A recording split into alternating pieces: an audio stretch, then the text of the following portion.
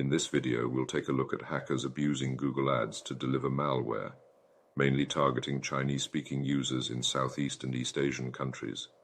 Cybersecurity experts at ECT uncovered malicious landing pages which impersonate programs like Firefox, WhatsApp, Signal, Skype, and Telegram, which are not available in China.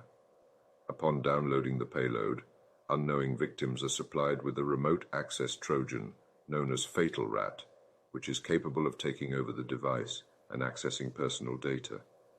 The attackers have managed to maintain their grip on the users by abusing Google Ads, allowing the malicious landing pages to appear high in search results.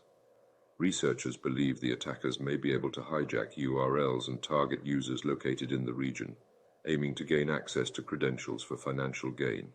ESET has warned users about the dangerous Trojan, reminding them to always look for security signs when downloading programs from the internet, and be sure to stay updated on the best firewalls, which can help protect against suspicious activity.